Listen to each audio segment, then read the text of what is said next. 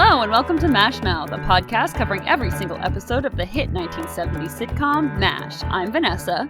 And I'm Ethan.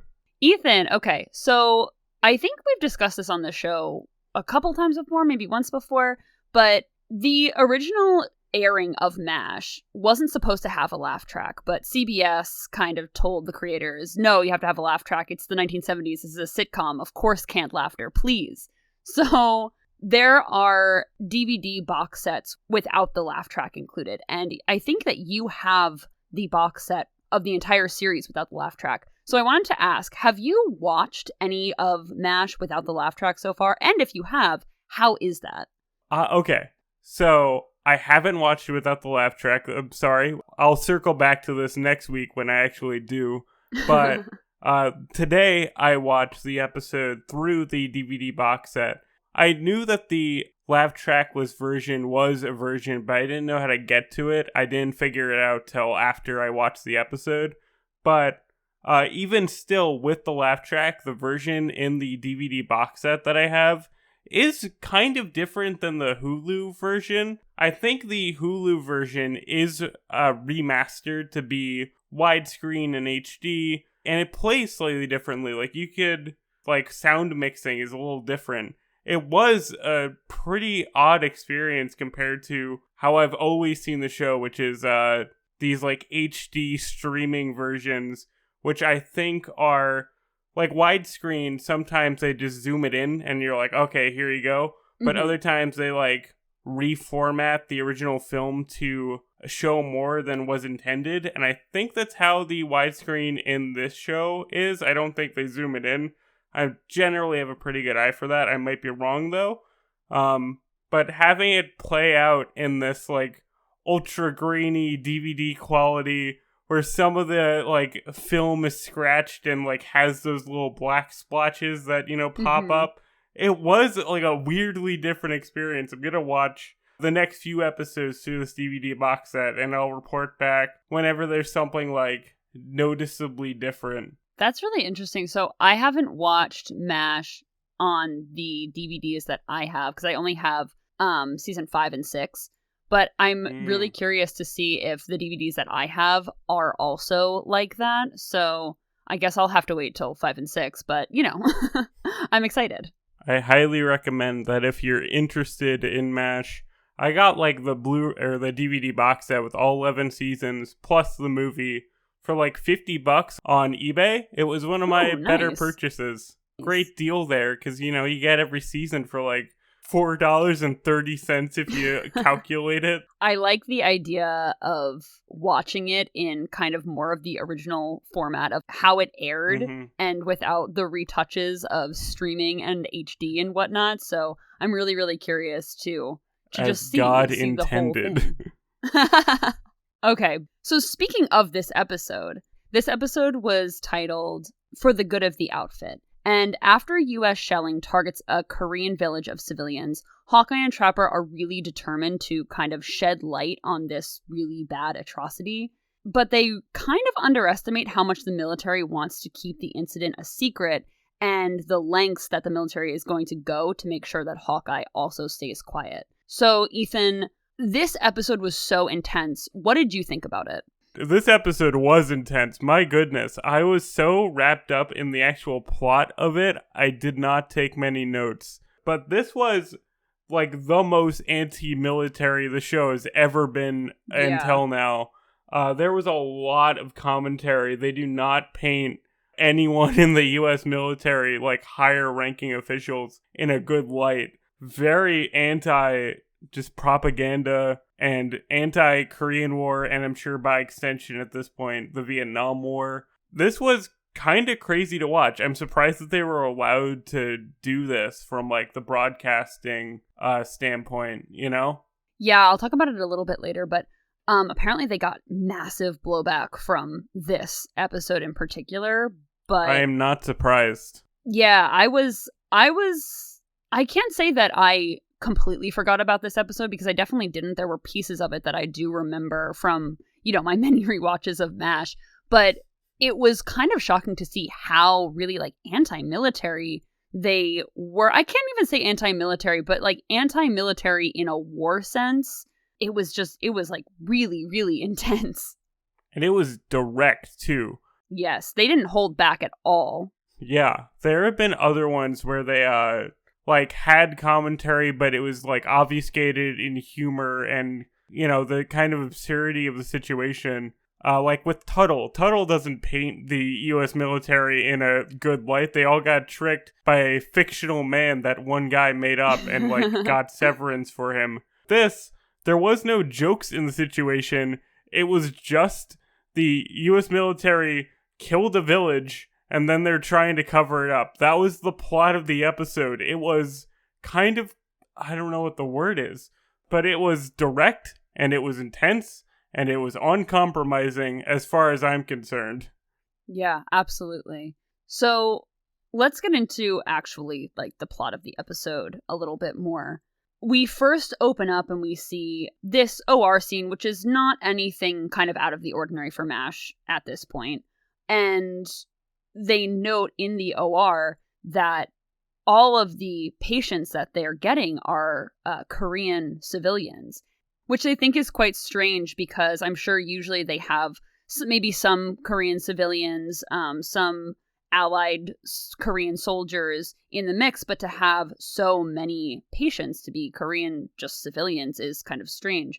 So we come to find out that Hawkeye and Trapper are pulling U.S. shrapnel and shelling cases out of these civilians. So it's made quite clear very early on that this was U.S. military shells and a bombing offensive dropped on a Korean civilian town.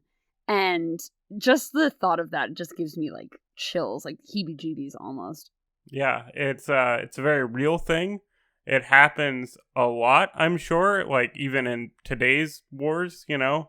So it was one of those things where I was paying attention because I do this show, but I wasn't fully like calculating the like plot, you know, as it was happening. So I didn't quite realize the intensity of the situation when it first began. It wasn't until they started to like investigate and make sure that this was U.S. Artillery that they were pulling out.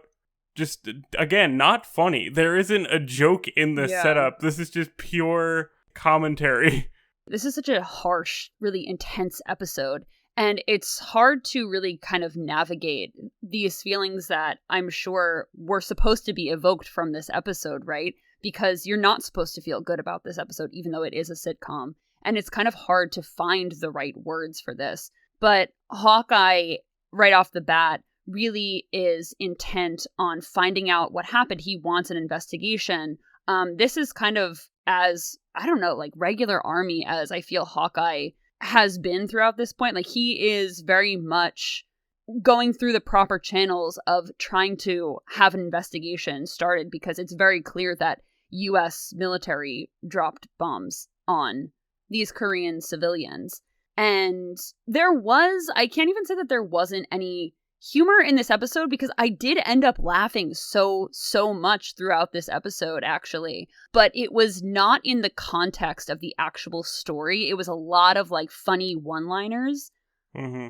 Oh, I agree. There's some good lines in this episode, but this was, in terms of comedy, it was just all like character, how they speak, rather than like anything actually happening. Speaking of regular army, this is jumping ahead a little bit, but I thought it was so interesting that when Hawkeye is bringing this to Henry, and Henry is kind of like bristling and trying to like shrug it off, be like, don't worry about this, don't get involved in it, you don't want to get involved with it. Hawkeye calls Henry regular army, and it like sends a shock up Henry's spine, like he legit tenses, is like, hey!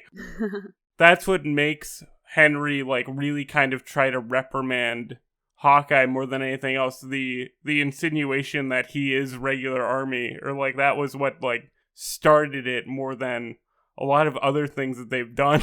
Yeah, that was one thing that I also noticed, that Henry was super like he was also really trying to not ruffle any feathers here and trying to just kind of be that typical regular army type almost in this episode, because Hawkeye and Trapper basically state their goal is to get the military to take full responsibility for the shelling and fully compensate the victims while they're in Henry's office in this first scene. And Henry says, basically, you don't want to do this. This is not a good idea. Going against the military and pointing out the fact that they did something wrong is not going to win you any favors here. And it was really interesting to see Henry kind of play these both sides in this episode of, being Hawkeye and Trapper's friend and, being a genuinely like good person and whatnot. And also knowing the extent to which the army and the US government could probably cause a lot of problems for Hawkeye.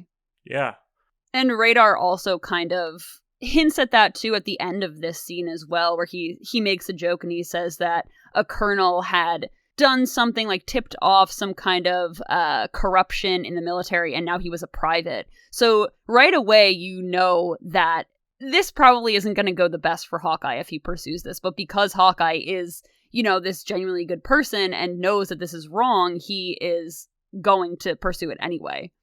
This is kind of like tangential to what you were just talking about, but I just remembered with the comedy and kind of being driven from like the lines that they say, one line that I think Hawkeye says, or maybe Trapper, when they confirm that the shrapnel is American, they say that it's as American as apple pie and napalm. Yes. And that is such a hardcore line that's like awful.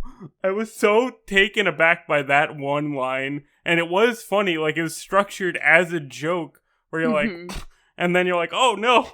I like how they intertwined the commentary with some of the actual like humor in the episode as well. It wasn't just hard divide between dramatic dialogue and occasional jokes. They did mix it in a little bit with these really dark lines like being as American as apple pie and napalm. Yeah, I thought that was I thought the humor in this was really interesting because as critical as it was of the US military, I feel like they used the humor almost to cover it up. I have nothing really to back this up that this was or wasn't the case, but that's just always how it feels in these episodes that are super critical of war and, military bureaucracy, etc., that it's saying something, but also, haha, remember, we're just a sitcom, we're just funny. And I thought that the humor was just played really, really well. Especially in this next coming scene, which was probably the highlight of the humor for me in this episode, where Frank, Hawkeye, and Trapper are all in the swamp, and Hawkeye and Trapper are trying to get Frank to sign the report for the investigation, and Frank just won't do it. There's this really great character interaction here, where they're ragging on Frank, but they're also trying to get him to do the right thing. This bit where they're trying to get Frank to do the right thing, I thought was really funny. I liked his whole plot line in this episode, that he is just like the worst man alive, that the second that it becomes that doing the right thing might have been a benefit to them, he's like, oh, I want my name on it. But with this scene in particular, it was really funny that they were apologizing for everything they've ever done, like putting peanut butter in a stethoscope. And I think this was a callback to one of the earlier episodes, saying putting ether in your aftershave. Oh, I think that they did do that. So we love some continuity in this house. And this was a continuity-rich episode. Yeah, this was really funny. There was one, like, really funny physical comedy scene where Frank is like, you're doing obscene gestures behind my back. And Hawkeye and Trapper are like, what gestures? To try to get Frank to, like, make an obscene gesture. And it's very, very funny. I really liked this part. But again, after the comedy of it is kind of over, they're telling Frank, you were just as much operating on these Korean civilians as we were. Your name should be on this report too, to, I guess, give it more legitimacy as well. And Frank is just like, nope. Yeah, they're genuine. They're not trying to, like, trick him or be part of a scheme. They're like, hey, you're an authority figure here, whether we like it or not. You should probably be on this report. And then that's brought up, like, later on when this report becomes, like, a bigger deal. Margaret is like, why didn't you let him sign it? And Hawkeye is genuinely kind of angry in that moment, saying, let him sign it, we begged him to. Mm-hmm. And Frank and Margaret are both like kind of dumbfounded by it. Yeah, and Frank, I feel here, was just really the epitome of that regular army type. This is kind of brought up a lot in the whole grand scheme of the episode.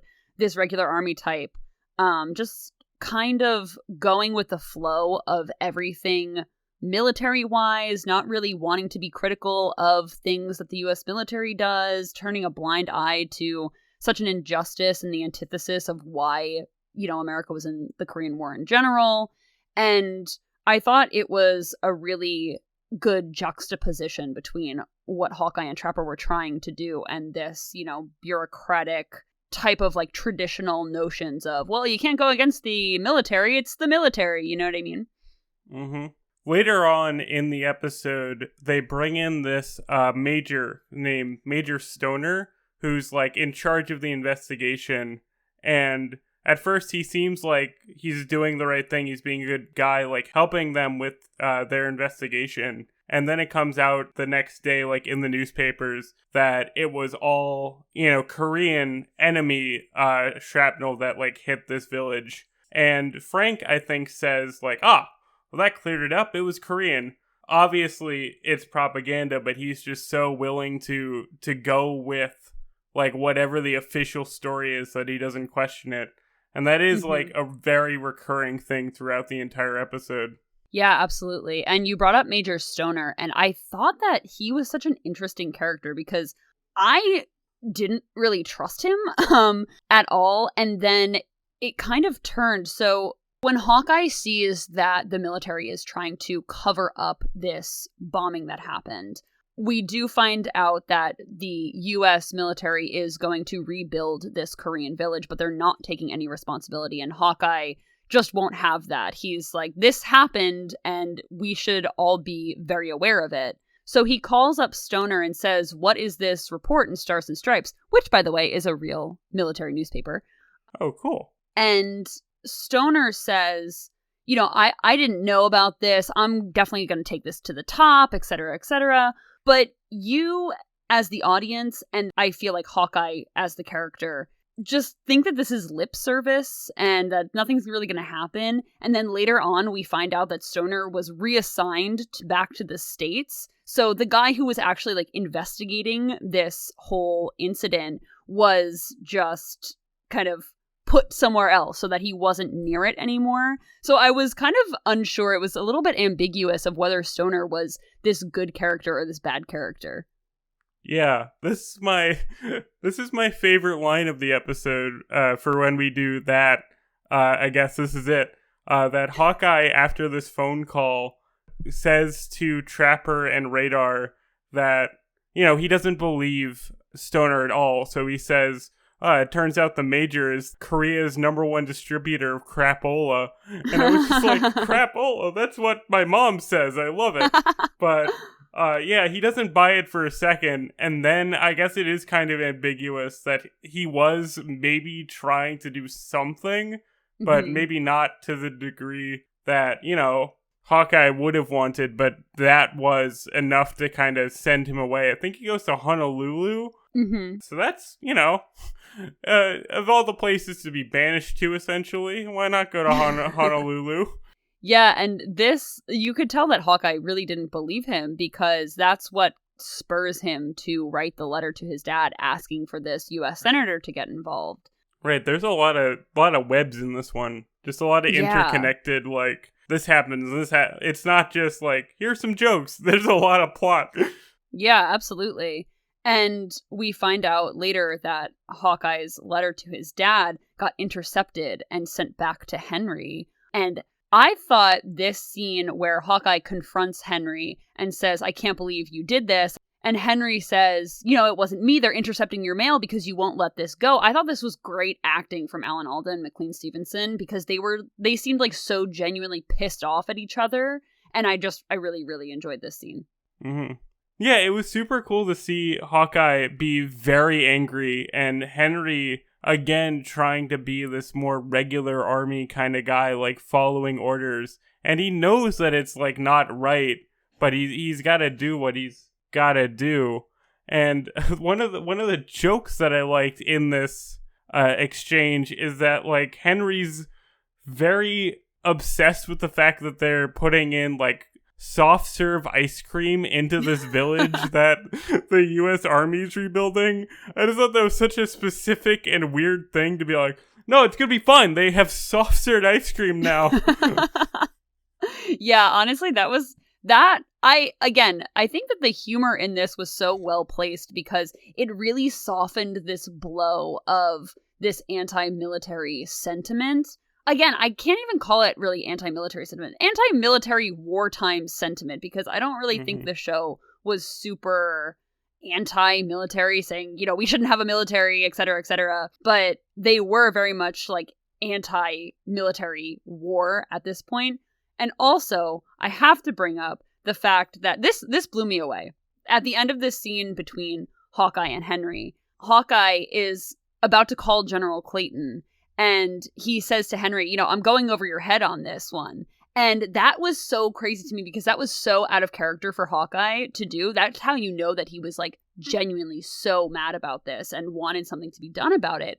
Because, going over Henry's head is not something new. Frank and Margaret do it literally all the time. But for Hawkeye to do it, that was just crazy to me. He's doing what needs to be done. And I really liked Hawkeye in this one, that he was always the good guy in the room, kind of knowing that, like, even if it's difficult, even if it gets him, like, Henry or Clayton later on when he comes in says, like, oh, well, it could be a lot worse for you.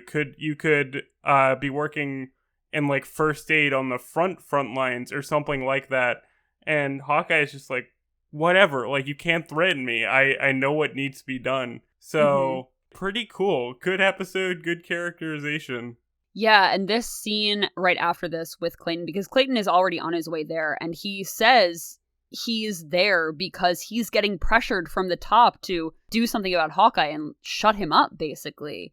And Clayton himself, I don't really think is the bad guy in this scene. He's kind of just passing along this message that, if you don't stop, they could literally ruin your life after you get out of the army, because he says you're not regular army. You were a civilian drafted into this war, and when you try to go back and be a civilian, the military, the government has a lot of pull, of really long arms, he says, and they could probably ruin Hawkeye's life for the most part and just like blackball him, etc.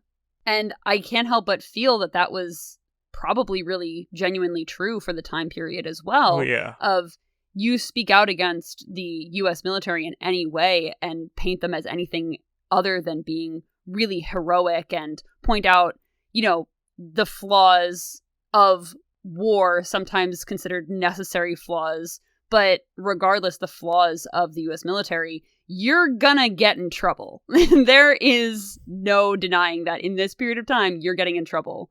It's kind of surprising they don't bring up McCarthy in this one. I'm not sure how relevant he actually was in that time period, but, that man famously, like, ruined a lot of people's lives who didn't deserve it for kind of speaking out against various things that, like, the government was doing. Yeah, this was, like, when MASH was supposed to be set was kind of at like the height of McCarthyism. And so, yeah, I think that was, I don't know, again, I don't have any data to show that was kind of an intentional throwback to McCarthyism, but for sure, that was definitely a dig, you know what I mean?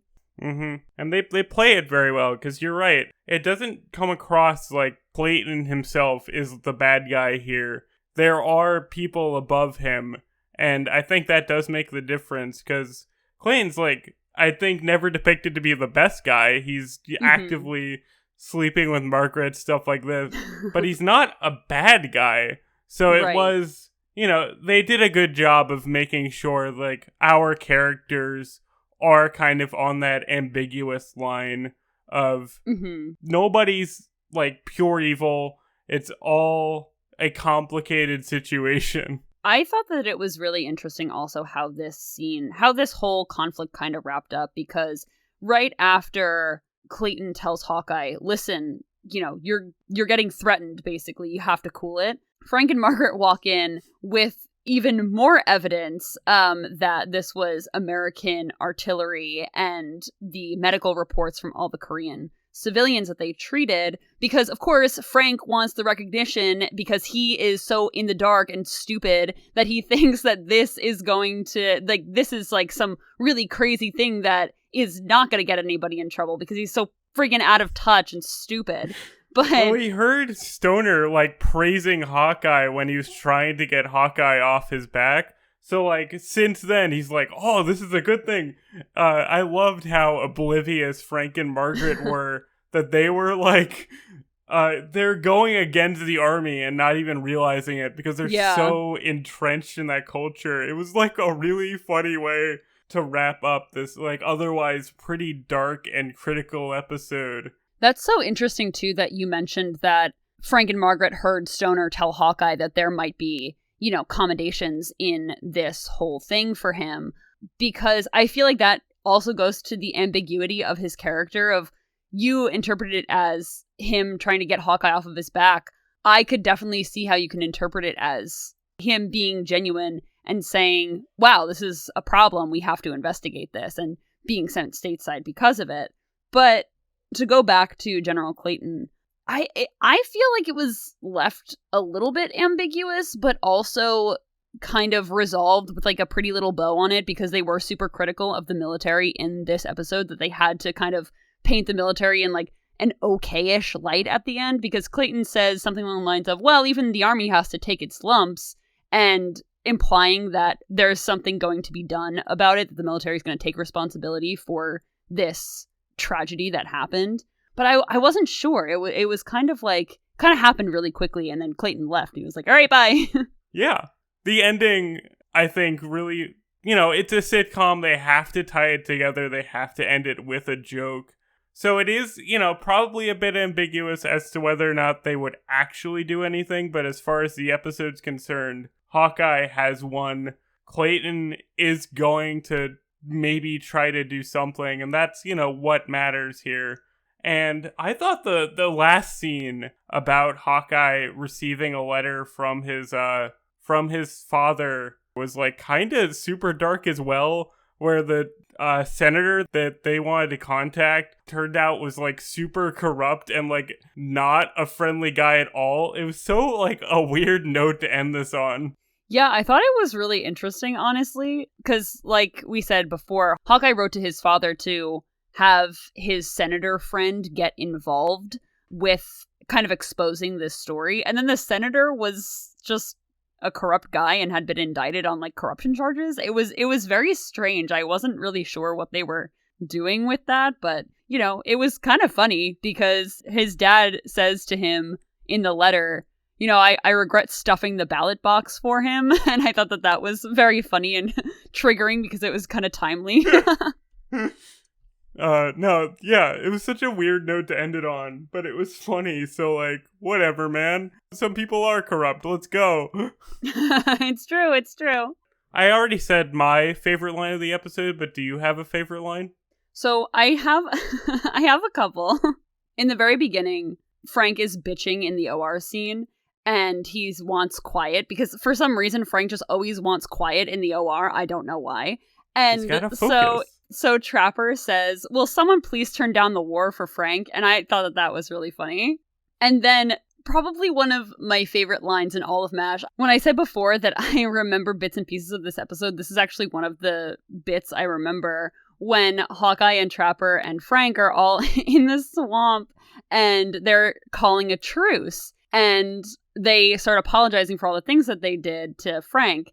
Frank even says, oh, are you apologizing for signing my picture of my mother? And and he reads out what they signed, and he says, dear Frank, Dad was not your father. Love, Mom. It's a really good bit. I had to pause the episode because I was laughing so hard. That's probably one of my favorite lines of MASH in general. This wasn't a comedy line, but last episode you mentioned that the Korean War wasn't called the Korean War for the longest time. It was called a police action. And this episode, they actually do clarify that they are still in the police action stage of the war. And I just kind of like jumped at that. I was like, oh, Vanessa was right. we're in that time period. Like, it made me, I like noted that down, you know what I mean? Yeah, definitely. I'm going to do a little bit more research on this, but I think it wasn't until after the Korean War that it was considered a war and not a police action, but I could be wrong on that. I'm definitely going to fact check myself on that one. Okay. But speaking of facts, I don't have a ton of trivia in the sense that we usually keep trivia kind of lighthearted. I do have a lot of kind of historical context for this piece and this episode. So first off, the village that they were supposed to have bombed in this episode was called Taedong, and that is actually a river in North Korea. So I thought that that was kind of like a cool like piecing together of Korean geography with, you know, the reality of the show. So we know that MASH was kind of a commentary on the Vietnam War, more so even than in the Korean War. But during the Korean War, there were a lot of these same issues as there was in Vietnam. And it's interesting that you say that you just brought up the forgotten war and the police action and stuff, because I feel like so much of it is forgotten in the Korean War, unfortunately. So in 2005, the South Korean government implemented this commission called the South Korean Truth and Reconciliation Commission, which investigated human rights violations in Korea, including during the Korean War.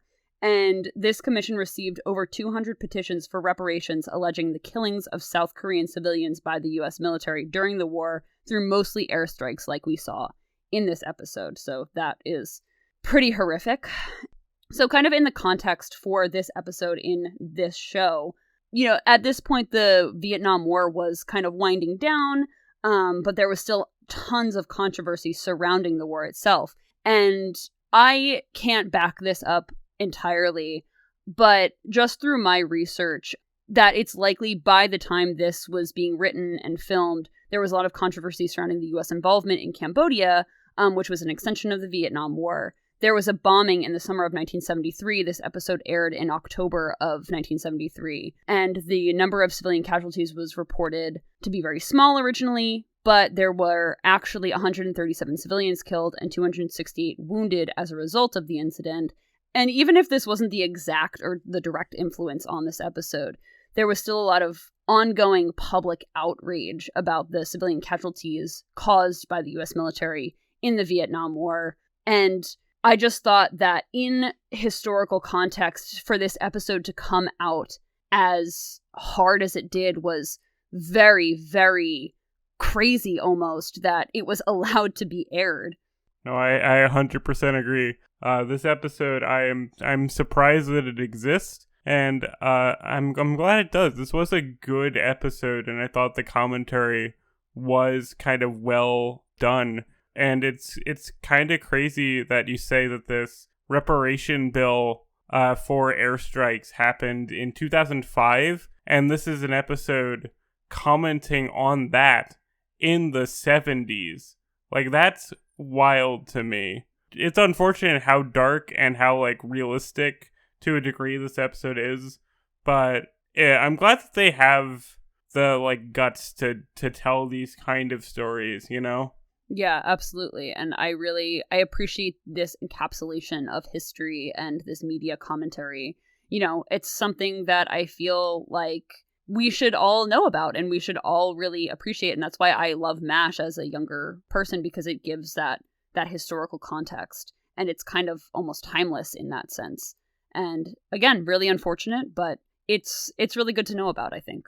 So shifting gears to something a little lighter, I hear you have trivia for one of the actors in this episode. Yeah, so actually Major Stoner was played by an actor, Frank Arletter, and he actually also served in the U.S. Army during World War II in Germany. And he started his acting career in theater. He had many guest appearances in TV shows like The Twilight Zone, All in the Family, and actually Golden Girls too, which we love. Nice. And he was elected vice president of the Screen Actors Guild in 1987. So I thought that was really cool and a little bit more lighthearted than the historical context of the Korean and Vietnam War.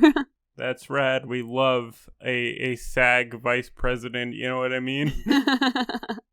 No, it's super cool. So I know this is kind of silly for this episode being so serious, but out of 5 martinis, what would you give this episode?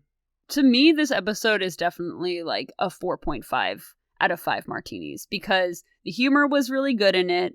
Just the whole storyline was really hard hitting. And this was, you had said it before, but this is kind of an episode with my name just written all over it because this is the kind of MASH that I just really, really enjoy.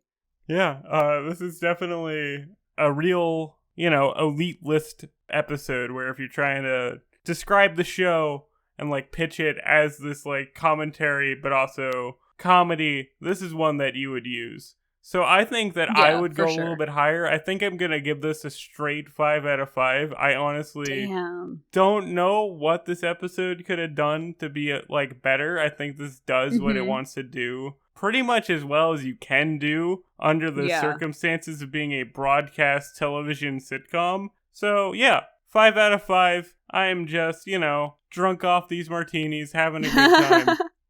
Every time we do ratings, I feel like I also have to rise to your level and give it a higher star. I'm sorry. I have to rise to your level and give it higher martinis. So I'm going to match you in this drinking game that we have and also give it 5 martinis. Because you're right. I don't think that it could have done anything better. It's true. The humor was great. The commentary was great. 5 martinis. We're straight up wasted. Yeah, boy. Okay, so just to wrap up, we'd like to give thanks to Jacob Virabalco for being our technical consultant, Melissa, my sister, for cover art, and of course our listeners, thank you so much. Our music, social media, and contacts for the show are linked in the description as always. Next week, you can join Ethan and I for our discussion of Dr. Pierce and Mr. Hyde, but until then, put peanut butter in your roommate's stethoscope. Goodbye, farewell, and amen. Bye, everyone.